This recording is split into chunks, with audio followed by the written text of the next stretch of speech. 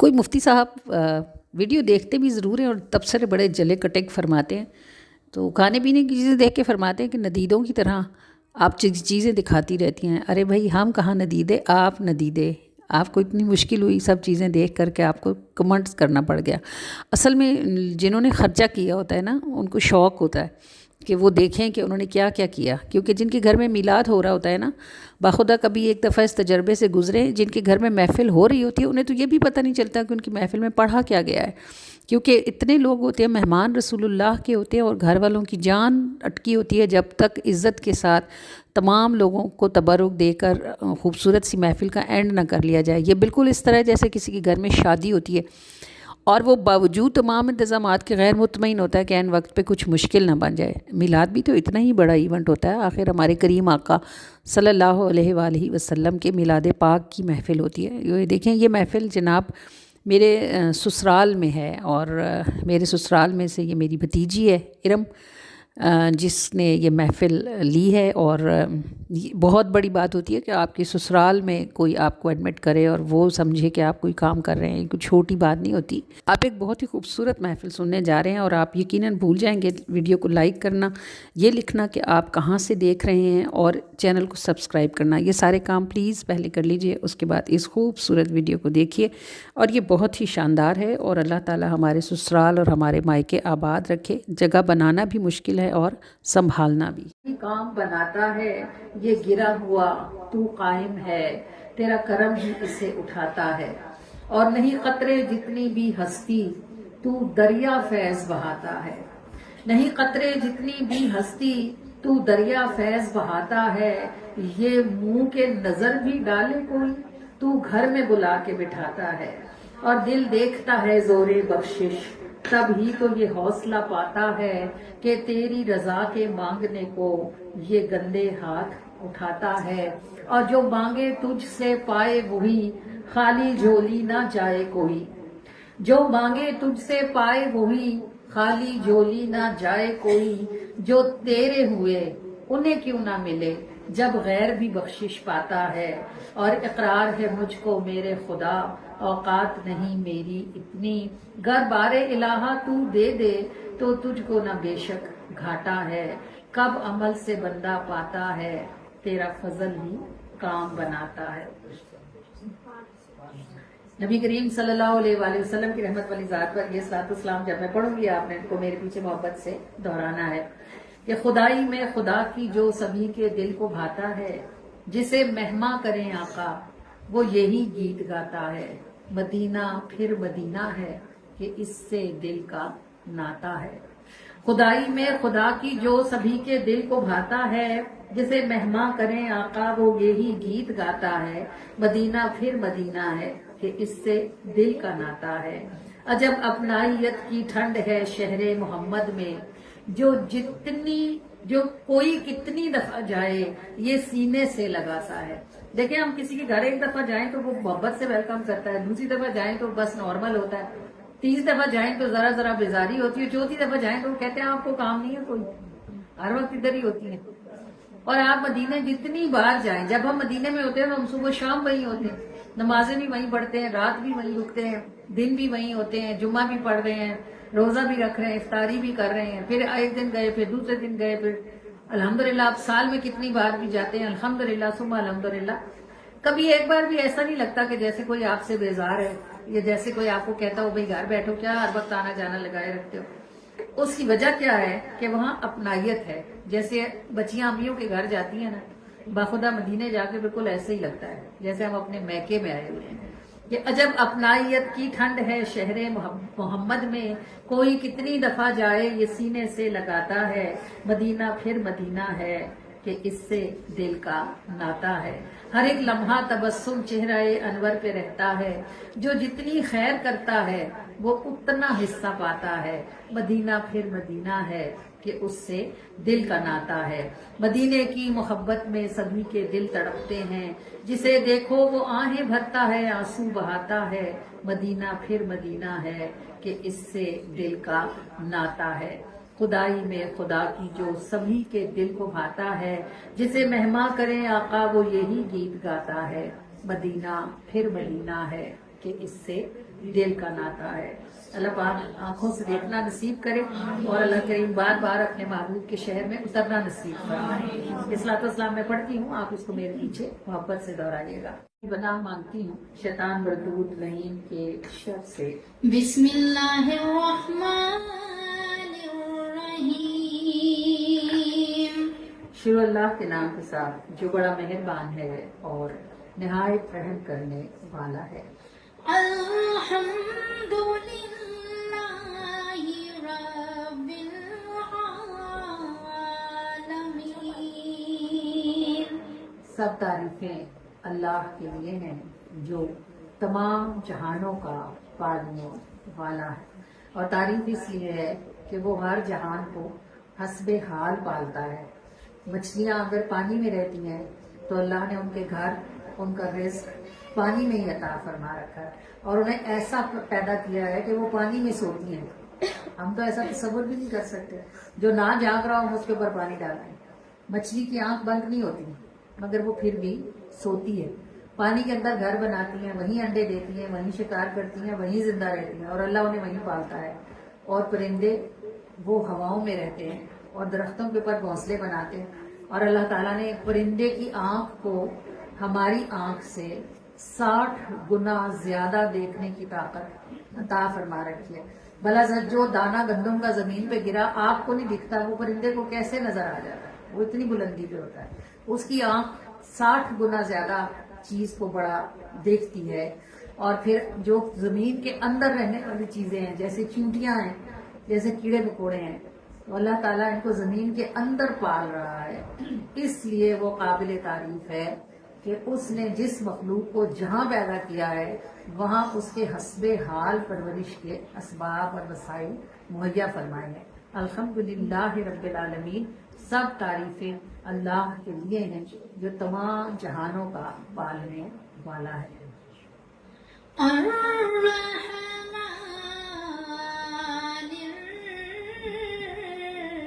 الرحیم. اچھا، جو مالک ہوتا ہے نا اس کے اوپر کوئی بھی چیز فرض یا واجب نہیں ہوتی. غلام کا کام ہوتا ہے مالک کی خدمت کرنا اور اس کی بات ماننا. مالک کے اوپر غلام کا کوئی حق نہیں ہوتا کیونکہ اس نے اس کو بنایا ہوتا ہے یا خریدا ہوتا ہے. پھر اللہ ہر کسی کو اس کے حسب حال چیزیں کیوں مہیا فرماتا ہے؟ اس لیے کہ وہ بڑا ہی مہربان ہے اور نہایت ہی رحم کرنے والا ہے. مہربانی سے وہ زندگی کے اسباب عطا فرماتا ہے اور رحم سے وہ سرکشی کرنے والوں کی سرکشی کو درگزر فرماتا ہے. یہ بندے اس کا دیا ہوا کھاتے بھی ہیں اور اس کی نافرمانی بھی کرتے ہیں، پھر بھی وہ رحم کرتا ہے کہ کسی کو پالنا چھوڑتا نہیں ہے. اور سب تعریفیں اللہ کے لیے ہیں جو بڑا ہی مہربان ہے اور نہایت رحم کرنے والا ہے. الرحمن الرحیم مالک یوم الدین. اچھا، رحیم مہربان اور رحم کرنے والا وہ یہی ہے جہاں وہ آپ کو پال رہا ہے. وہ دن جس کا وہ مالک ہے، جس دن اس نے حساب لینا ہے، اس دن رحم نہیں ہوگا، اس دن عدل ہوگا. جس نے جو کمایا ہوگا لہا مکتسبت و علیہا مکتسبت. جس نے جو کمایا ہوگا اس دن اس کو وہی دیا جائے گا. یہ دنیا ہے جہاں رحم ہوتا ہے اور لوگ تھوڑا کام کرتے ہیں ان کو زیادہ دیا جاتا ہے. وہ آخرت ہوگی جہاں ہر کوئی ذرہ ذرہ دیکھے گا. تو جس نے خیر اٹھائی ہوگی اس کو خیر ملے گی اور جس نے گناہ کمائے ہوں گے تو وہ وہاں ان کو دیکھ لے گا. ایاک نعبد و ایاک نستعین. اور لوگ اس آیت کا ترجمہ کرتے ہیں کہ ہم تیری عبادت کرتے اور تو جی سے مدد مانگتے ہیں، اور ہمارا کیا منہ ہے کہ ہم اس کی عبادت کریں مگر یہ کہ اس نے ہمیں اپنی عبادت کی توفیق دے رکھی ہے. دنیا میں 7 ارب انسان ہیں، ان میں سے اگر آپ اللہ کے آگے سجدہ کرتے ہو تو یہ آپ کا عمل نہیں، اللہ کا فضل ہے. تو اس کا آیت کا ترجمہ ایسے بنتا ہے کہ اے اللہ ہم تیرے فضل کی وجہ سے تیری عبادت کرتے ہیں اور تجھ سے مدد مانگتے ہیں. اہدنا الصراط المستقیم صراط الذین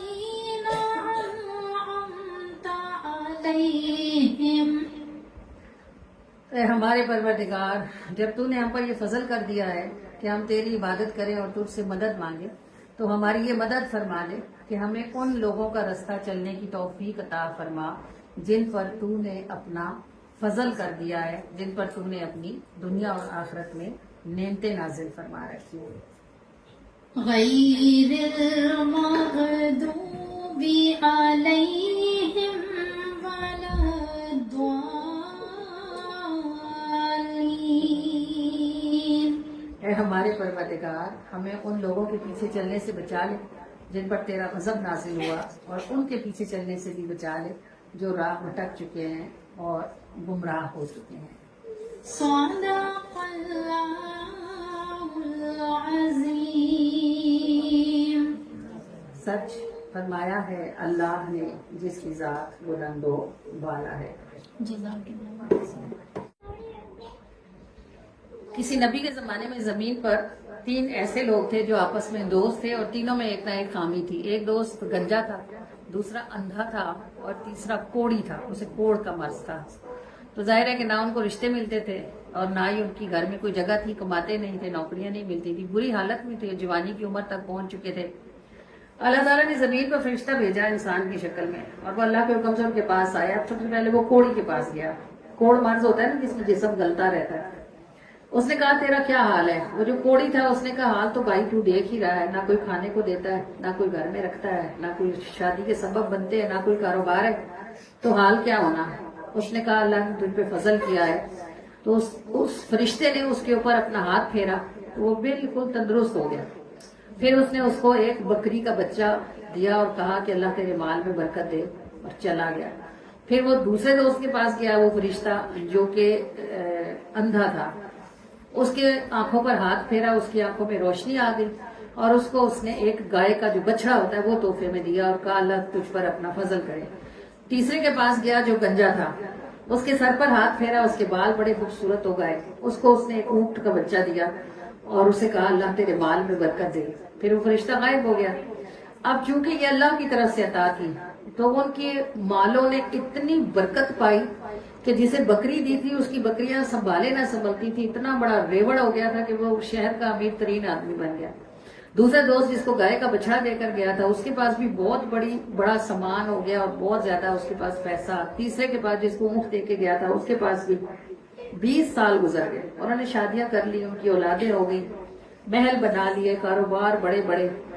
20 سال کے بعد وہ فرشتہ اللہ کے حکم سے پھر ان کی طرف آیا، اور وہ اب فقیر کی شکل میں آیا، اور فقیر کی شکل میں آ کر وہ سب سے پہلے اس دوست کے پاس گیا جو کوڑی تھا، جس کو اس نے بکری کا بچہ دیا تھا۔ آ کر اس کے دروازے پر صدا لگائی کہ اس اللہ کے نام پر دے جس نے تجھ سے کوڑ کا مرض دور کیا تھا۔ پیسے کا آ جانا یا جائیدادوں کا بنا لینا کوئی بری بات نہیں ہوتی، اللہ نے مباح کی ہیں، یہ چیزیں حلال ہیں، حرام نہیں ہیں۔ لیکن پیسہ آ جانے کے بعد اللہ کو بھول جانا اور اپنی اوقات سے باہر نکل جانا، یہ چیزیں حرام ہیں۔ جب اس نے کہا نا اس اللہ کے نام پر دے جس نے تجھے کوڑ جیسے مرض سے شفا عطا فرمائی، تو وہ کوڑی تو 20 سال پہلے تھا نا، اب تو وہ سیٹ تھا اتنا بڑا، اس کے اتنے نوکر چاکر تھے، اس کو بڑا غصہ آیا، اس نے نوکروں کو بلایا اور کہا اس بدبخت کو دھکے دے کے نکالو، میرا تو باپ دادا پیچھے سے امیر تھا، میں کدھر سے کوڑی تھا۔ وہ فرشتہ جب فقیر کی شکل میں باہر نکلنے لگا، اس نے کہا تو جیسا تھا اللہ تجھے ویسا ہی کر دے۔ بس اس کے منہ سے نکلنے کی دیر تھی کہ اس کے زوال کے اسباب شروع ہوئے، اور وہ دیکھتے ہی دیکھتے جس حالت میں 20 سال پہلے تھا اس پہ پہنچ گیا۔ پھر وہ اب دوسرے دوست کے پاس پہنچا جس کو اس نے گائے کا بچڑا دیا تھا، اور وہ اندھا تھا۔ تو اس نے اس کو بولا پھر فقیر کے روپ میں، وہ کہنے لگا کہ دے مجھے اس اللہ کے نام پر جس نے تو اندھے کو بینائی عطا فرمائی۔ وہ اندھا بھی اکڑ کے کھڑا ہو گیا۔ اس نے کہا نکل جا باہر میرے گھر سے، کون ہے تو مجھے اندھا کہنے والا؟ میں کب اندھا تھا؟ میرے تو باپ یہ اور میرا تو دادا وہ۔ اس کو بھی دماغ سے بھی دھکے پڑے تو باہر نکلا۔ اس نے کہا تو جیسا تھا اللہ تجھے ویسا ہی کر دے۔ بس اس کے منہ سے بات نکلنے کی دیر تھی کہ اس کی آنکھوں کی بینائی ختم ہو گئی۔ پھر وہ تیسرے کے پاس گیا جو گنجا تھا، اس کو جا کے کہنے لگا کہ دے مجھے اس اللہ کے نام پر جس نے تجھ سے تیرے عیب کو دور کیا اور تجھے خوشنما بنایا۔ وہ جو گنجا تھا وہ اپنی جگہ سے اٹھ کے کھڑا ہو گیا۔ اس نے کہا میرے بھائی تو بالکل ٹھیک کہتا ہے، میرے اندر واقعی ایسا عیب تھا کہ لوگ میرا مذاق اڑایا کرتے تھے، اور پھر مجھ پر اللہ نے ہی مہربانی کی اور اس نے مجھے اتنا مال عطا فرمایا۔ یہ میرا مال اور یہ خزانہ، اور تو جس کے نام پہ مانگتا ہے سب اسی کا دیا ہے، جو جی چاہتا ہے یہاں سے اٹھا کے لے جا۔ وہ فرشتہ اپنے اصلی روپ میں آیا اور اس نے کہا میں زمین پر تم لوگوں کو آزمانے کے لیے بھیجا گیا تھا، تو تمہیں اس بات کی مبارک ہو کہ تم اس امتحان میں کامیاب ہو گئے ہو۔ جو کچھ تمہارے پاس ہے تمہارا ہی ہے، اور اس کے ساتھ برکت کی دعا ہے کہ جتنا ہے اللہ تمہیں اس سے زیادہ عطا فرمائے۔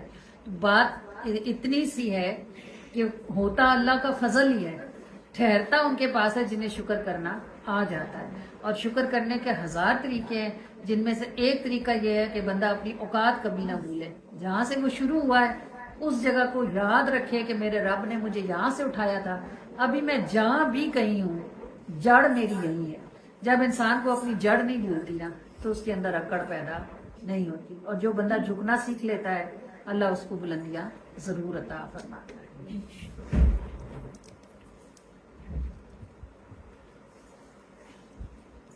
میرے کریم کوئی تجھ سا سخی اور کہاں، میرے کریم کوئی تجھ سا سخی اور کہاں، کہ قطرہ مانگا تھا دریا کیا ہے تو نے رواں، کہ قطرہ مانگا تھا دریا کیا ہے تو نے رواں، شکر کو حرف میرے پاس بھی اگرچہ ہو، شکر کو حرف میرے پاس بھی اگرچہ ہو، شکر کو حرف میرے پاس بھی اگرچہ ہو، شکر کو حرف میرے پاس بھی اگرچہ ہو، کرے جو حق ادا لاؤں کہاں سے ایسی زباں، کرے جو حق ادا لاؤں کہاں سے ایسی زباں، میرے کریم کوئی تجھ سا سخی اور کہاں، کہ قطرہ مانگا تھا دریا کیا ہے تو نے رواں، زمین کی پستیوں میں اور گناہ کے ڈھیر پہ ہوں، زمین کی پستیوں میں اور گناہ کے ڈھیر پہ ہوں، میں تیرے صدقے تو نے پھر میری فغاں، میرے کریم کوئی تجھ سا سخی اور کہاں، کہ قطرہ مانگا تھا دریا کیا ہے تو نے رواں، میں تیری نام بھی سنوں تو ہمیشہ سنتا ہے، میں تیری نام بھی سنوں تو ہمیشہ سنتا ہے، میں تیری نام بھی سنوں تو ہمیشہ سنتا ہے، میں تیری نام بھی سنوں تو ہمیشہ سنتا ہے، تیری ادا نے سکھایا مجھے کہ کیا ہے ماں، تیری ادا نے سکھایا مجھے کہ کیا ہے ماں، کہ قطرہ مانگا تھا دریا کیا ہے تو نے رواں، ہمیشہ لاڈ کیے مہرباں رہا ہے تو، ہمیشہ لاڈ کیے مہرباں رہا ہے تو، ہمیں تو پیار کی عادت ہوئی پڑی ہے یہاں،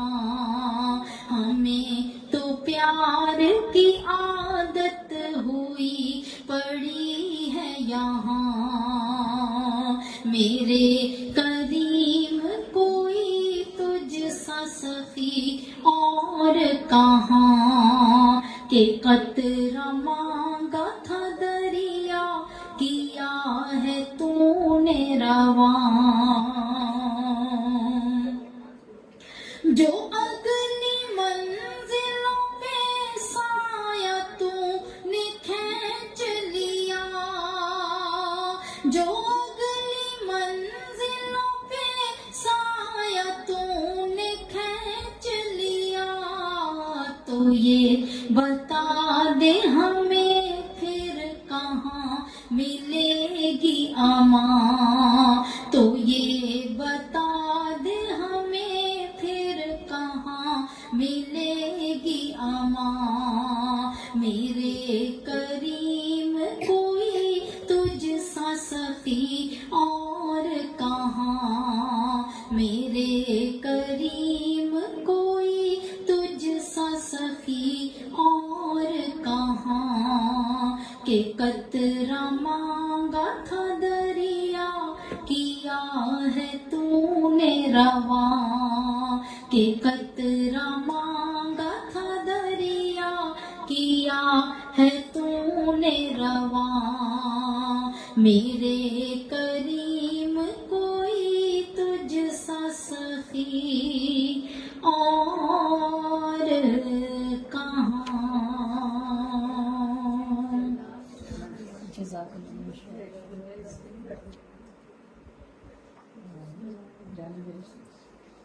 ہاں جی آواز تیز نہیں صحیح لگ رہی ہے آپ کو سننے میں اللہم صلی علی سیدنا محمد اللہم صلی علی سیدنا محمد اللہم صلی علی سیدنا محمد مسکرا کر دیکھنا تھا ان کا وہ میری طرف مسکرا کر دیکھنا تھا ان کا وہ میری طرف لمحہ بھر کی دیر نہ تھی لمحہ بھر کی دیر نہ تھی رخ ہوا کا پھر گیا اللہم صلی علی سیدنا محمد اللہم صلی علی سیدنا محمد اللہم صلی علی سیدنا محمد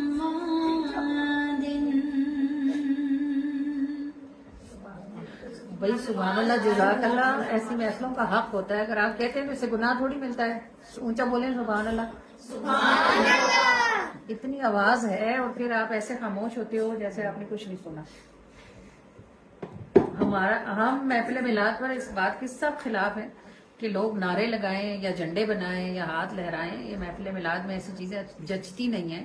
یہ جن کے ذکر کی محفل ہے وہ ادب مانگتی ہے نا. لیکن سبحان اللہ اور جزاک اللہ یہ محفل میلاد کا حق ہوتا ہے کیونکہ آپ اللہ اور اس کے رسول کا ذکر سن رہے ہیں نا. تو ظاہر ہے اس ذکر پر سبحان اللہ نہیں کہیں گے تو پھر آپ کس بات پر سبحان اللہ کہیں گے. رسول اللہ صلی اللہ علیہ وآلہ وسلم سے ہمارا تعلق یہی دنیا میں بھی ہمارے نجات کا سبب ہے اور یہی آخرت میں بھی نجات کا ذریعہ بنے گا. ابھی آپ دیکھتے ہیں نا کہ بہت سارے فرقے ہیں, یعنی بہت سارے, کوئی کہتا ہے کہ حضور سنتے ہیں, کوئی کہتا ہے نہیں سنتے, کوئی کہتا ہے انہیں پتا ہے, کوئی کہتا ہے ان کو نہیں پتا. بہت سارے لوگ ہیں, کوئی کچھ کہتا ہے, کوئی کچھ کہتا ہے. شاید آپ کو نہ معلوم ہو کہ اب سے صرف 50-60 سال پہلے صرف ایک ہی فرقہ تھا اور وہ اہل سنت والجماعت کا تھا, جو انگوٹھے چوم کر آنکھوں پر رکھتے تھے اور جو اس بات پر بلیو کرتے تھے کہ اللہ کے نبی اللہ کی حکم سے سب جانتے اور سب سنتے ہیں. جب 47 میں جب انگریزوں نے پاکستان بنایا اور اس سے پہلے جب انگریزوں نے انڈیا پر قبضہ کیا تو یہ باقاعدہ انگریز حکومت کا پلانٹڈ تھا. انہوں نے مولوی اٹھائے, ان کو ٹرینڈ کیا, پھر انہیں مسجدوں میں لگایا, اور انہوں نے لوگوں کے دماغ میں یہ شک کے بیج ڈالے کہ ایسے کیوں ہوتا ہے اور ویسے کیوں ہوتا ہے, صحابہ نے یہ نہیں کیا تو آپ ایسے کیوں کرتے ہیں, اور یہ کہاں لکھا ہے کہ اللہ کے رسول ایسے سنتے ہیں اور اللہ کے رسول دیکھتے ہیں. یہ چیز ہمارے ایمان کا حصہ ہے کہ رسول اللہ ہم سے غافل نہیں ہے. دیکھو ہر بندے کو اپنی زندگی میں کوئی نہ کوئی مرکز اور محور چاہیے ہوتا ہے. جب تک لگام نہیں ڈلتی نا اس وقت تک گھوڑا کبھی سیدھے رستے پہ نہیں رہتا. اور ہماری لگام یہ یقین ہے کہ اللہ کے رسول دیکھتے ہیں. کہتے ہیں نا جس کے دل سے خوف اٹھ جائے پھر وہ جو مرضی کرے. تو جب کسی کے دل سے خوف اٹھ جاتا ہے نا تو وہ بے حیا ہو جاتا ہے. اسے پتا ہوتا ہے کوئی دیکھتا ہی نہیں, جو مرضی کرو, گھوڑوں گدھوں جانوروں کی طرح. یہ باقی ساری دنیا کے کافر جو ننگے پھرتے ہیں جانوروں کی طرح زندگی میں حرکتیں کرتے ہیں, یہ کیوں کرتے ہیں؟ کیونکہ ان کا ایمان نہیں ہے نا کہ اللہ ان کو دیکھ رہا ہے یا اللہ کا رسول دیکھ رہا ہے. ان کے خیال میں زندگی ہے اور اپنی مرضی ہے, جو مرضی کرو, جس کے ساتھ مرضی بیٹھ جاؤ, جس کے ساتھ مرضی سو جاؤ, جہاں مرضی کھا لو, جہاں مرضی رہ لو, کوئی پابندی نہیں ہے. ہم مسلمان الحمدللہ یہ ہمارا دین ہے کہ ہم اللہ اور اس کے محبوب صلی اللہ علیہ وآلہ وسلم کی غلامی میں ہیں, اور ہم سے پوچھا جائے گا. اور ہم پر پابندیاں ہمارے مذہب کی طرف سے, تو اللہ کا شکر ہے بہت سارے گناہوں سے تو ہم اس لیے بچے ہوئے ہیں کہ ہم مسلمان ہیں الحمدللہ, اگرچہ نام کے ہی صحیح, لیکن پھر بھی اس اسلام کے پٹے نے ہمیں بہت ساری گندگیوں سے کھینچ کے رکھا ہوا ہے. ثم الحمدللہ. اب یہ جو دلوں میں شک پیدا ہو جاتا ہے نا کہ پتہ نہیں رسول اللہ دیکھتے ہیں کہ نہیں دیکھتے, سنتے ہیں کہ نہیں سنتے, یہ شک دل میں اللہ کے رسول کی محبت کو کم کرتا رہتا ہے. جیسے جیسے یہ محبت کم ہوتی جاتی ہے ویسے ویسے ایمان کمزور ہوتا جاتا ہے, اور جیسے ایمان کمزور ہوتا جاتا ہے ویسے بندہ جہنم کی طرف کھنچتا چلا جاتا ہے. اس لیے اس بات کو اپنے عقیدے کا حصہ بنائیں کہ اللہ نے اپنے محبوب کو ہم پر نگران فرمایا ہوا ہے. اور اللہ قرآن میں فرماتا ہے وَمَا أَرْسَلْنَاكَ شَاهِدًا وَمُبَشِّرًا وَنَذِيرًا. اے محبوب صلی اللہ علیہ وآلہ وسلم, ہم نے بھیجا ہے آپ کو کیا بنا کر؟ شاہد کس کو کہتے ہیں؟ گواہی دینے والے کو. جو موجود ہوتا ہے وہ شاہد ہوتا ہے.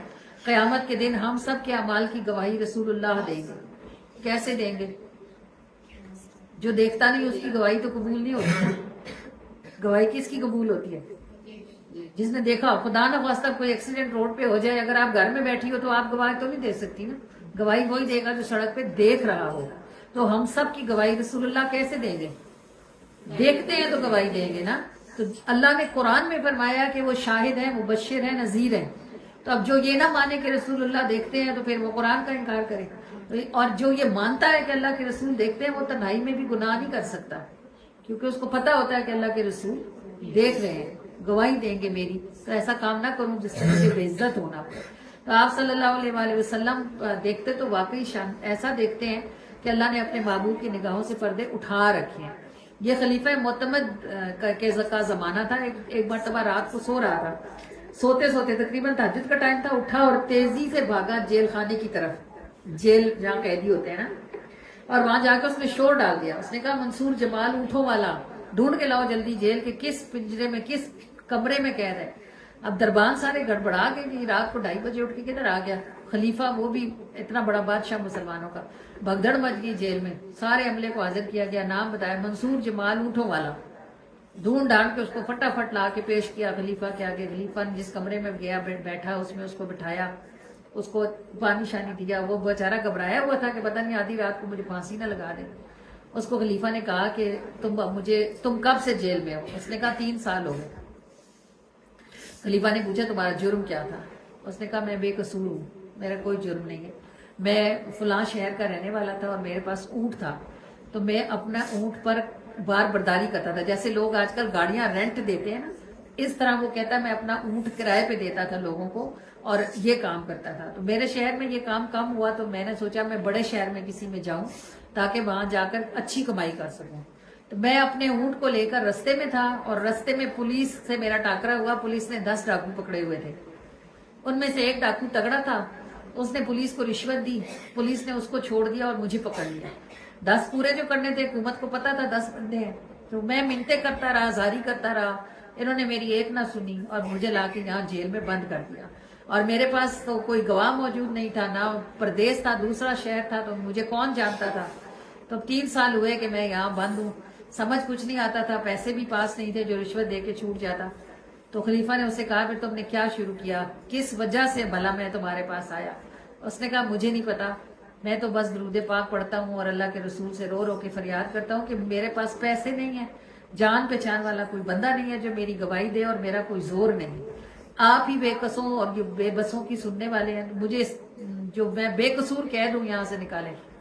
خلیفہ معتمد نے اس کو کہا تمہیں معلوم ہے رات کو رسول اللہ صلی اللہ علیہ وآلہ وسلم میرے خواب میں تشریف لائے اور آپ نے مجھے کہا کہ اٹھو اور جاؤ منصور جمال اونٹوں والے کو قید سے نکالو، وہ بے گناہ قید ہے. جب اللہ کے رسول نے حکم دیا تو پھر میری مجال تھی کہ میں بستر پہ سوتا. میں اٹھ کے ننگے پاؤں بھاگا ہوا جیل آیا اور میں نے تم کو نکلوایا اور جاؤ آج سے تم آزاد ہو. پھر اس نے اس کو کچھ پیسے دیے کہ اپنے گھر والوں کی خیر خبر لو. پھر اس کو کہا کہ اس کے علاوہ جو ہمارا جو شاہی استبل ہے اونٹوں کا، میں تم کو اس کا نگران مقرر کرتا ہوں. اللہ کے رسول کے نزدیک تمہاری اتنی جگہ ہے کہ وہ خود تمہاری سفارش کرنے کے لیے آئے. تم اپنے گھر والوں کی خیر خبر لو، ان کو ساتھ لے آؤ، اور اس کے بعد ہمارے جو شاہی استبل ہے اونٹوں کا اس میں تم وہاں کے نگران ہو. اتنی تمہیں تنخواہ ملے گی، یہ برات ملیں گی، اور باقی ساری زندگی ہمارے ساتھ گزارنا. کیونکہ یہ اللہ کے رسول صلی اللہ علیہ وآلہ وسلم وہ کہتے بے خبر ہو جو غلاموں سے وہ آقا کیا ہے. آپ صلی اللہ علیہ وآلہ وسلم اپنے غلاموں کے دلوں کا حال بھی جانتے ہیں اور گھروں کا حال بھی جانتے ہیں. اور اگر کوئی محبت سے اللہ کے رسول سے تعلق بنا لیتا ہے تو آپ کو پتہ ہے ایک ہوتا ہے جاننا اور ایک ہوتا ہے پہچاننا. اب جانتے تو رسول اللہ آپ سب کو ہیں، پہچانتے اس کو ہیں جس کا درود روز حضور کی بارگاہ میں جاتا ہے. اور یہ پہچان کیسے بنتی ہوگی، کیسے بنتی ہے یہ پہچان؟ جب آپ درود پڑھ کے بھیجتے ہو نا تو صرف درود نہیں جاتا، آپ کا نام بھی جاتا ہے اور ساتھ آپ کے فادر کا نام جاتا ہے کہ یا رسول اللہ یہ فلاں ہے، فلاں کی بیٹی، فلاں شہر سے اس نے آپ پہ اتنا درود بھیجا ہے. اب آپ خود سوچو اگر روز آنا 1 سال 2 سال 10 سال ہر روز اگر آپ کا درود آپ کے نام کے ساتھ پہنچے گا تو آپ کی صرف جان نہیں رہے گی بلکہ پہچان بھی بن جائے گی. اور جن کی پہچان ہو جاتی ہے پھر کام تو انہی کے بنتے ہیں نا. اب سڑک پہ ڈی سی کی گاڑی جا رہی ہے اور وہ آپ کی پہچان رکھتا ہے، جانتا تو وہ پورے شہر کو ہے نا. ڈی سی کی گاڑی جا رہی ہے اور آپ کبھی بچپن میں ان کے پڑوس میں رہی ہیں، کوئی آپ کا ان کے ساتھ گھریلو لنک ہے، بھلے اس کے ساتھ گارڈ ہو، اگر اس نے آپ کو پہچان لیا تو وہ گاڑی روکے گا نا. اگر اس نے روک لی تو آپ کی کیا واہ واہ ہوگی، اس کے جتنا اسکواڈ ہوگا وہ سارا رک جائے گا، اتر کے آپ کے پیچھے آگے کھڑے ہوں گے. میڈم آپ کو سر بلا رہے ہیں، آپ جائیں گی، وہ آپ پوچھے جانے پہچانے آپ کو آفر کرے کہ آپ کبھی آفس آؤ، کہاں ہوتی ہو، کیا کر رہی ہو. اس لمحے میں آپ خود کو کیسا وی آئی پی محسوس کرو گی نا. آپ سوچو میدان محشر میں جس کو رسول اللہ نے پہچان لیا اور حضور نے فرمایا اچھا تم ہو، تمہارا نام تو میرے پاس روز آتا تھا، کہاں پڑی ہو، چلو آؤ ادھر ہمارے ساتھ آ جاؤ حوض کوثر پہ. پھر سوچو آپ کی شان کیا ہوگی. پورا میدان محشر اس وقت ننگے پاؤں ہوگا، پیاس سے زبانیں باہر نکلی ہوں گی، سورج سوا نیزے پہ ہوگا. جسے اس دن رسول اللہ نے پہچان لیا اس کی حالت ہی کیا ہوگی. سارے لوگ اس کو دیکھ کے رشک کریں گے کہ آج تو اللہ کے رسول نے ان کو پہچان لیا، یہ کون وی آئی پی. تو یہ وی آئی پی آپ ادھر ہی سے بن سکتے ہو، کوئی مشکل کام نہیں ہے. عمر گزر گئی میری بھی آپ کو یہ سمجھاتے کہ درود پاک کو فور گرانٹیڈ نہ لو. اگر اللہ نے آپ کو یہ بتا دیا ہے کہ اس کے پڑھنے سے کیا کیا ہوتا ہے تو اس کو اٹھا لو. پھر پتہ نہیں وقت رہے ہمارے ہاتھ میں کہ نہ رہے. اللہ پاک ہم سب کو کثرت اور محبت سے اپنے نبی کا ذکر کرتے رہنے کی توفیق عطا فرمائے. یہ آپ دونوں کو کیا مسئلہ ہے بھائی؟ جانو دل سے جو تمہارے ہو گئے، جانو دل سے جو تمہارے ہو گئے، ان کو دریا بھی کنارے ہو گئے،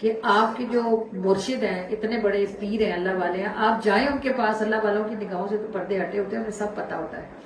آپ ان کے پاس جائیں اور ان سے پوچھیں کہ بھائی ہمارا بچہ کہاں ہے نا، وہ بتائیں گے مل جائے گا. اب نائی جو تھا، عورتیں ذرا تھوڑی سی، ظاہر ہے عورتوں کے حوصلے اور ہوتے ہیں، آدمیوں کے اور ہوتے ہیں. وہ بے شک تھا، ان کا نائی تھا، مرید تھا، لیکن ادب کے اپنے تقاضے. وہ گیا، اس نے جا کے پیر صاحب کو بتایا کہ ایسے میرا بچہ باہر کھیل رہا تھا اور پھر غائب ہو گیا، گم ہو گیا، نہیں مل رہا. تو پیر صاحب ایسے ہو گئے جیسے انہوں نے سنا ہی نہیں. تو نائی کا دل بڑا دکھا کہ اتنا بڑا صدمہ ہے. تو پیر صاحب نے کوئی توجہ نہیں فرمائی، لیکن ادب کا تقاضا تھا، خاموش رہا. گھر آ گیا، بیوی نے پوچھا، اس نے کہا وہ بتا دیں گے جب انہیں کچھ پتا چلے گا. تو بیوی کو بھی اب کچھ کہنے نہ دے. 1 سال 2 سال 3 سال 18 سال گزر گئے. 18 سال بعد، ہر سال بعد جب وہ دن آتا نا جس دن وہ بچہ گما تھا، تو وہ اصل میں کہتے ہیں نا، مرنے والے کا تو صبر آتا ہے، گھومنے کا نہیں آتا. کیونکہ مرنے والے کو بندہ اپنے ہاتھ سے دفن کر کے آتا ہے نا، اس کو پتا ہوتا ہے یہ اس کا ٹھکانہ ہے، اب نہیں آئے گا. لیکن اگر کوئی گم جاتا ہے نا تو آنکھیں دروازے کو ہی پڑی رہتی ہیں، اب آتا ہے اور ہر جھونکے پہ لگتا ہے جیسے وہی آ گیا. وہ ان کے 18 سال اسی اذیت میں گزرے کہ وہ ہر وقت انہیں ایسا لگتا تھا جیسے ابھی بچہ آیا اور ابھی آیا. 18 سال کے بعد جب وہ دن آیا نا جس دن وہ بچہ گما تھا، ہر روز ہر سال جب وہ دن آتا تو ان کے گھر میں رونا پٹنا ہوتا اور عجیب حالت ہوتی. تو اس دن صبح صبح نا پیر صاحب نے بلوا لیا نائی کو اور اسے کہا کہ آؤ اور آ کے ہمارے بال اتار دو نا. وہ بال رکھتے نہیں تھے، گنجے رہتے تھے زیادہ تر، مطلب بال اتار کے رکھتے تھے. تو اب گھر میں وہ بیوی کو روتا چھوڑ کے آیا تھا. بیوی ظاہر ہے بلک رہی تھی بری طرح کہ آج بچہ ہوتا تو 18 سال کا ہوتا، ہمارا سہارا ہوتا. اس کے بعد کوئی بچہ ہوا بھی نہیں. آ تو گیا گھر سے، لیکن دل اس کا اپنا بھی بڑا سخت کپا تھا. اس نے پیر پٹھان کے بال اتارنا شروع کیے. آدھا سر یعنی ان کا گنجا کر لیا نا، وہ رو رہا تھا. تو ایسے سر کے گنجا کرتے کرتے نا اس کے آنسو پیر صاحب کے سر پہ گرے. تو آپ نے ایسے اوپر دیکھا تو اس کو بولا، اس کا نام لے کے، اوئے روتا کیوں ہے؟ اس نے کہا حضور، وہ ہچکیوں سے رونے لگا. اس نے کہا حضور 18 سال آج پورے ہو گئے، میرا بیٹا گم ہوا ہوا. آپ نے فرمایا گھر جا، تیرا بیٹا گھر پہنچ گیا ہوا ہے. وہ وہیں آدھا گنجا ان کو چھوڑ کے، سامان چھوڑ کے ننگے پاؤں گھر بھاگا. پیر کے منہ سے نکلا وہ گھر پہنچا ہی ہوگا. گھر گیا تو اس نے عجب حال دیکھا کہ دروازے پہ رش لگا پڑا تھا. باہر ایک گھوڑا کھڑا ہوا تھا. اندر گیا، لوگوں کو ہٹاتا چیرتا تو اس نے دیکھا اندر چرپائی پہ ایک نوجوان 18 سال کا بچہ بیٹھا ہوا ہے، لڑکا جوان. تو خون کی کشش تھی، بغیر بتائے پتہ چل گیا کہ کون جو ہے وہ کیا لگتا ہے. باپ بیٹے ایک دوسرے کے گلے لگے. ماں تو پہلے ہی بلائیں لے لے کے بیٹے کی تھکتی نہیں تھی. جوان بچہ ماشاءاللہ گھر واپس آ گیا 18 سال بعد. باپ نے اس کو گلے لگایا، ماتھا چوما، اس سے پوچھا کہ تو کہاں تھا؟ اس نے کہا مجھے سکھ اٹھا کے لے گئے تھے اور وہ مجھے بتاتے تھے کہ ہم تجھے گلی میں سے کھیلتا اٹھا کے لائے تھے، لیکن مجھے یہ نہیں پتا تھا کہ میں آیا کہاں سے. تو باپ نے پوچھا واپس کیسے آیا؟ اس نے کہا آج صبح جنہوں نے مجھے اٹھایا تھا انہوں نے مجھے اپنے گھر، میرے سے ملازموں کا کام کرواتے تھے، تو آج صبح ان میں سے ایک نے کہیں لمبے سفر پہ جانا تھا. اس نے مجھے کہا کہ گھوڑا تیار کر، سین وغیرہ ڈال، اس کو چارہ شارہ ڈال، میں نے آج بہت دور جانا ہے. تو میں ابھی گھوڑا تیار کر ہی رہا تھا کہ میں نے دیکھا کوئی بابا ایک دم اچانک ہوا میں ظاہر ہوا. اس نے میرا ہاتھ کھینچا، مجھے گھوڑے پہ بٹھایا اور اگلی لمحے جب میں نے آنکھ جھپکی تو میرا گھوڑا گھر کے دروازے پہ کھڑا تھا. باپ نے کہا کہ اس بابے کو دیکھے گا تو پہچان لے گا کون ہے. اس نے کہا اگر ساری دنیا کے بابے بھی اکٹھے ہوئے تو میں اس کو پہچان لوں گا. اس کا آدھا سر گنجا تھا اور آدھے پہ بال تھے. یہ ان کی شان ہے جو رسول اللہ کے غلام ہیں. لوگ حضور کی شانوں کو نہیں مانتے، جو حضور کے نالین چومتے ہیں یہ ان کی شان ہے. 18 سال کے بعد جب اللہ، اس کا مطلب یہ ہے کہ پیر پٹھان اس بچے کے ایک ایک لمحے سے باخبر تھے، لیکن اللہ کی طرف سے اس کی واپسی کا حکم نہیں تھا، تو وہ اس لیے خاموش تھے. جس لمحے میں اس کے پلٹنے کا حکم آیا تو وہ اپنے گھر سے سینکڑوں میل دور تھا اور اللہ کے ولی نے صرف اس کا ہاتھ پکڑا تو اس کو وہاں پہنچا دیا جہاں اس کو ہونا چاہیے. بات یہ ہوتی ہے کہ اگر آپ کو اپنی آنکھوں کے سامنے کچھ ہوتا ہوا دکھ نہیں رہا نا، تو اس کا مطلب یہ بھی نہیں ہے کہ کسی میں کرنے کی شان نہیں. بات یہ ہے کہ کرنے والوں کو کبھی کبھی اجازت نہیں بھی ہوتی نا، اور اللہ کی مشیت کے بغیر کوئی کچھ کر سکتا بھی نہیں. جس گھڑی میں کام کا ہونا آ جاتا ہے کہ اب کر دو، تو اس گھڑی میں ایک لمحہ بھی لگتا نہیں. جو لوگ اپنے پیروں کے مخلص ہوتے ہیں وہ بھی بے نیل و مراد نہیں رہتے، تو جو اللہ اور اس کے محبوب سے مخلص ہوں گے بھلا وہ کیسے نامراد رہ سکتے. یہ جو کمیاں ہوتی ہیں نا، خامیاں، یہ ہم میں ہوتی ہیں، وہاں نہیں ہوتی. ان کی تو شانیں اور ان کے خزانے بھرے ہوئے ہیں. اور اللہ جو فرماتا ہے کہ ہر لمحے کے ساتھ ہے محبوب آپ کی شان بڑھ رہی ہے. اللہ فرماتا ہے نا وَلَلْآخِرَةُ خَيْرٌ لَكَ مِنَ الْأُولَىٰ، اے محبوب ہر لمحہ جو گزر رہا ہے اس میں آپ کی شان بڑھ رہی ہے. شان بڑھ رہی ہے تو آپ کی قدرت بڑھ رہی ہے، آپ کی عظمت بڑھ رہی ہے، آپ کی تعریف بڑھ رہی ہے، آپ کے خزانے بڑھ رہے ہیں، ہر لمحے میں بڑھ رہے ہیں. تو دینے میں انہیں کیا جاتا ہے. دیکھیں بخیل ہوتے ہیں مجھ جیسے جن کے پاس ایک بالٹی ہوتی ہے، جو خود پورا سمندر ہو اسے کیا، کوئی ہزاروں بالٹیاں بھی نکالے سمندر کو کوئی کمی آتی ہے. کمی ادھر نہیں ہوتی، کمی ادھر ہوتی ہے. جب ادھر یقین پختہ ہو جاتا ہے نا تو سارے ناممکن ممکن ہو جاتا ہے. اللہ کریم یقین اور ایمان پختہ کرنے کی، میں آپ کو بار بار یہ موضوع اس لیے دیتی ہوں کہ جس زمانے میں ہم زندہ ہیں اس میں سب سے مشکل کام اپنا ایمان اور عقیدہ بچانا ہے. کسی چیز کو دنیا بھر کے کافر یہود اور ہنود مل کے جس ایجنڈے پہ کام کر رہے ہیں وہ یہ ہے کہ ان مسلمانوں سے ان کا عقیدہ چھین لو. اس کے لیے وہ 1101 ہتھ کنڈے استعمال کر رہے ہیں. اور ہم لوگ جیسے کوئی ڈھلان سے اترتا ہے نا، یوں اس کو کوشش نہیں کرنی پڑتی، وہ اترتا جاتا ہے. ہم ایسے ہیں، یوں گھستے ہیں ان کے بیچ میں جا کے، اور ظاہر ہے پھر ہمارے عقیدے اور ایمان ڈاما ڈول ہوتے رہتے ہیں. سب سے زیادہ ضروری چیز اس وقت میں ایمان بچانا ہے. جس کے ہاتھ میں پوری دنیا بھی ہو نا وہ فقیر ہوگا اگر اس کے پاس ایمان نہیں ہوگا. کیونکہ ہر ملک کی ایک کرنسی ہوتی ہے نا. جیسے ہم سعودیہ جاتے ہیں، سعودیہ میں ریال چلتے ہیں، پاکستانی روپے ہمارے اٹیچیوں میں پڑے رہتے ہیں اور ادھر ہم ریالوں کے پیچھے پڑے رہتے ہیں. جو امریکہ جاتا ہے وہاں ڈالر چلتے ہیں، جو برطانیہ جاتا ہے وہاں یورو چلتا ہے. تو یہ کرنسی ہر ملک کی ہوتی ہے نا. آخرت کی کرنسی ایمان ہے. جس کے پاس ایمان ہوگا وہ ہی وہاں کچھ خرید فروخت کر سکے گا. جو ایمان سے محروم ہوا اسے کچھ نہیں ملے گا، کیونکہ اس کے پاس خریدنے کے لیے کرنسی ہی نہیں ہوگی. اور یہ جو ایمان ہمیں اماں ابا سے ملا ہے نا کہ بس ہم مسلمانوں کے گھروں میں پیدا ہو گئے تو ہم مسلمان ہیں، یہ ایمان نہیں چلے گا. یہ ایمان نہیں، یہ عقیدہ ہے ہمارا. ایمان یہ ہے کہ ہم اللہ کے رسول کی محبت کو محسوس کریں، اور ایمان یہ ہے کہ ہمیں حضور پہ درود پڑھتے وقت بیزاری نہ ہو. ایمان یہ ہے کہ وضو کرتے وقت کھڑے ہوتے ہوئے ہمیں تکلیف نہ ہو، بس ہم اب اس کو خوشی خوشی کے ساتھ کریں. یہ ایمان ہے. یہ جو ہم لا الہ الا اللہ محمد رسول اللہ کہتے ہیں نا، یہ ہمارا عقیدہ ہے. یہ ہمیں اپنے باپ سے ملا ہے. اس پہ ہم نے کوئی محنت نہیں کی. محنت ہمیں کرنی ہے اپنے ایمان پر. اور ایمان یہ ہے کہ اللہ کے رسول کا اور اللہ کا ذکر اتنی کثرت سے کریں کہ ان کی خوشبو ہمارے اندر سے آنا شروع ہو جائے. جب یہاں تک بات پہنچے گی تب ایمان کے محفوظ ہونے کی کوئی صورت نکلے گی. اللہ پاک ہمیں یہ نفع والا سودا کرنے کی توفیق عطا فرمائے.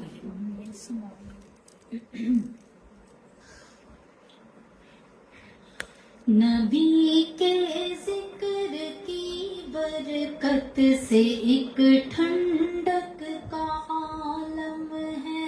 نبی کے ذکر کی برکت سے ایک ٹھنڈک کا عالم ہے. کوئی بھی حال ہو اب دل مضطر نہیں ہوتا. کوئی بھی حال ہو اب دل مضطر نہیں ہوتا. کوئی بھی حال ہو اب دل مضطر نہیں ہوتا. وہ اپنی رحمتوں کا سائبہ قائم ہی رکھتے ہیں. وہ اپنی رحمتوں کا سائبہ قائم ہی رکھتے ہیں. برا ہو جائے بھی تو حال اب بدتر نہیں ہوتا. برا ہو جائے بھی تو حال اب بدتر نہیں ہوتا. کوئی بھی حال ہو اب دل مضطر نہیں ہوتا. کوئی بھی حال ہو اب دل مضطر نہیں ہوتا. بہت گہرے اندھیرے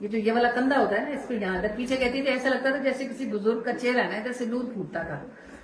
تو وہ غسل وغیرہ دینے کے بعد کفن دفن کرنے کے بعد ان کو جو عالم صاحب تھے ان کو تجسس ہوا کہ بھئی یہ کیا بات ہے نا, وجہ کیا ہے. وہ ان کی بیوی ان کی امی کے پاس گئے اور ان سے پوچھا جا کہ بھئی آپ کے بیٹے کا ایسے میں نے جب اس کو غسل دیا اور جب کپڑے اتارے تو ایسے کندھا اس کا اتنا جیسے نور پھوٹتا تھا نا, ایسا لگتا تھا جیسے کوئی بزرگ ہے نورانی چہرے والے اس جگہ پہ. تو ماں کہنے لگی کہ جب انہوں نے کہا میرا بیٹا بہت ماشاءاللہ ذہین تھا, پڑھا لکھا, اس کو بہت اچھی نوکری ملی. تو جب اس کو جاب لگی نا, اس کے رشتے دیکھنے لگے. اب ایک سے ایک لڑکی ظاہر ہے ہمارے ذہن میں تھا بھائی ماشاءاللہ ہمارا گھرانہ بھی اچھا ہے, بچہ بھی گڈ لکنگ ہے, اور اب جاب اتنی اچھی لگ گئی ہے تو ہر بندہ جدھر ہم جاتے ہیں وہ ہمیں رشتہ دینے کو تیار تھا. تو کہتی ہیں کہ جب ہم اس کا رشتہ ڈھونڈ رہے تھے نا تو میرے بیٹے نے ایک دن مجھے کہا کہ کہیں بھی نہ جائیں, یہ جو ہمارا گھر چھوڑ کے ادھر سے تیسرا چوتھا گھر ہے اس میں جو لڑکی ہے اس کے لیے جائیں. وہ کہتی ہے میں اس کا منہ دیکھتی رہ گئی, وہ لڑکی معذور تھی. تو میں نے اس کو کہا کہ تم اتنے پڑھے لکھے جوان خوبصورت اور اتنی اچھی تمہاری جاب ہے, اچھی سے اچھی لڑکی تمہیں ملے گی, تو تم اس معذور کے ساتھ کیا کرتے ہو, ساری زندگی کیسے گزارو گے. کہتی میرے بیٹے نے کہا کہ مجھے تو اچھی سے اچھی لڑکی مل جائے گی, اسے کوئی برے سے برا لڑکا بھی نہیں ملے گا. تو اللہ نے جو مجھے اتنی نعمتیں دی ہیں تو اس کا شکر یہ ہے کہ میں اسے اللہ کی کسی ایسی بندی کے لیے ان نعمتوں کو خرچ کروں جو محتاج ہے. تو میرے سے اچھا اس کو کوئی رکھ نہیں سکے گا, اس لیے آپ وہیں جائیں. کہتی میں مانتی تو نہیں تھی لیکن اس نے ضد لگائی کہ میں شادی وہیں کروں گی. پھر ہم رشتہ لے کے گئے, شادی ہو گئی. تو وہ بچی جو تھی وہ اس کو شاید کوئی پولیو کا مسئلہ تھا تو وہ اٹھ نہیں سکتی تھی بغیر سہارے کے. تو وہ کہتی ہے کہ انہوں نے کہا کہ یہ ساری زندگی جب اس کو بیڈ سے اتارتا تھا یا جب اس کو چیئر پہ بٹھاتا تھا تو اسی کندھے کے سہارے سے اس کو اٹھاتا, اور یعنی یہ کندھا آگے کرتا تھا تو وہ اس کندھے کا سہارا لے کے بیڈ سے اترتی تھی اور اسی کندھے کو پکڑ کے پھر چیئر پہ بیٹھتی تھی یا جو بھی کام کرتی تھی. اس کی وجہ سے جو ہے یہ اس کا کندھا جو ہے اس نیکی کی وجہ سے ایسے چمک رہا ہے جیسے یہ کسی بزرگ کا چہرہ ہو. آپ دیکھیں یعنی ولی ہونا تو بڑی شان کی بات ہوتی ہے نا. نبی کریم کا کوئی امتی بھی اگر خیر کرے نا تو اس کی خیر بھی دکھتی ہے, نظر آتی ہے. ایسے میں نے کسی عورت کا ایسے پڑھا تھا کہ وہ گورکن سے کسی نے پوچھا کہ بھئی آپ ساری زندگی قبریں آپ لوگ بناتے ہو تو کوئی بات ایسی بھی ہے جو آپ کو کبھی بھولی نہ ہو. اور اس نے کہا ایک دن میرے پاس 3 قبروں کا آرڈر آیا, سخت گرمی تھی, 2 قبریں میں نے بہت مشکل سے کھودی اور میں ہانپ گیا. جب میں تیسری قبر کھودنے لگا تو مجھے اندازہ ہوا کہ میں ایک مٹی کی جگہ کو کھودتا ہوں تو وہاں سے 2 حساب سے مٹی نکلتی ہے, مطلب زمین جیسے کھل رہی ہے. تو کہتا ہے جو قبریں میں نے صبح والی 4 گھنٹے میں بنائی تھی اس کو میں نے آدھے گھنٹے میں تیار کر لیا. قبر کھود بھی گئی اور قبر جیسے جیسے میں کھود رہا تھا ٹھنڈی ہو رہی تھی. اس نے کہا جب میں قبر کھود کے تیار کر چکا نا, جب میں نے آخری مرتبہ پھاوڑا مارا تو مجھے لگا کہ میرا جو پھاوڑا ہے وہ اندر کسی کانچ کی بوتل سے ٹکرایا ہے اور جیسے کوئی بوتل ٹوٹی ہے. اس نے کہا وہ بوتل ٹوٹنی تھی کہ پوری قبر خوشبو سے بھر گئی. اتنی سخت دوپہر میں ٹھنڈی اور خوشبو سے بھری ہوئی قبر. تو میں اپنے دل میں سوچنے لگا کہ پتہ نہیں اب کون ہستی ہوگی جو اس قبر میں آئے گی. کہتے ہیں جب شام کو جنازے آئے تو پہلی قبر میں بھی گئے, کوئی مرد گیا, دوسری کا بھی آگے وارث, دوسری قبر میں بھی کوئی آدمی تھا, اس کو دفن کیا. جب تیسری قبر کی باری آئی تو میں بڑا متجسس تھا کہ اب اس میں کون وقتوں والا جائے گا.